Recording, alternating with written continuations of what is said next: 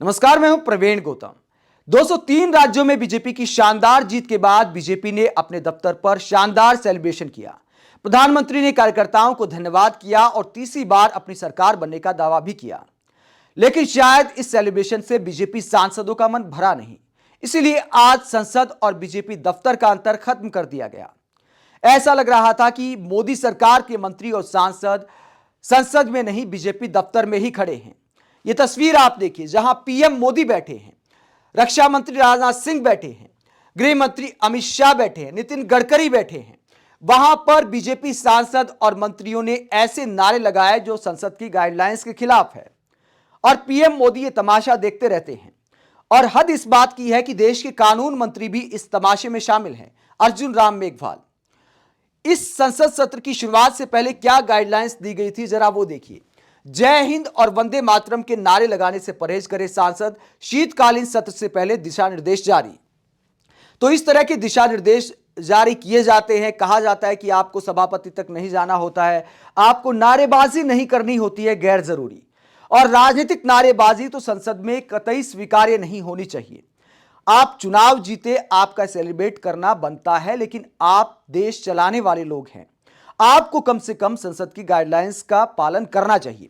और किस तरह के नारे लगे, जरा सुनिए किस तरह नारे लगा रहे हैं बीजेपी सांसद और मंत्री। ये कानून मंत्री अर्जुन राम मेघवाल भी नारे लगा रहे हैं, देखिए मेज थपा रहे हैं। और क्या कह रहे, तीसरी बार मोदी सरकार, नारे लग रहे हैं तीसरी बार मोदी सरकार। तो ये चुनावी रैली है या देश की संसद है? तो इस तरह के नारे क्या संसद में लगने चाहिए? और ये तस्वीर आगे आप देखिए कि आगे की पंक्ति में बैठे नेता हालांकि नहीं लगा रहे, ये भी गनीमत है।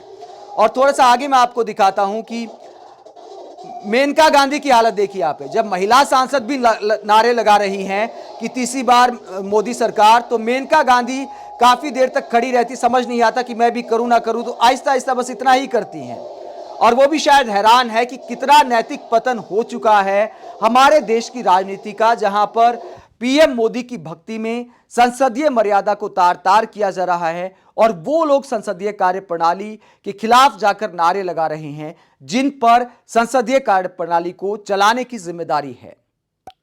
आप संसद में ऐसे नजारे को लेकर क्या सोचते हैं? क्या चुनाव में हार जीत ही सर्वोपरि हो गई है? आप जीते, अपने कार्यालय पर जश्न मनाइए, लेकिन कम से कम संसद की मर्यादा का पालन करिए। आप इस तरह संसद में नारेबाजी को लेकर क्या सोचते हैं, जहां संसद और राजनीतिक रैली का अंतर खत्म हो गया है? कमेंट बॉक्स में अपनी राय जरूर दें।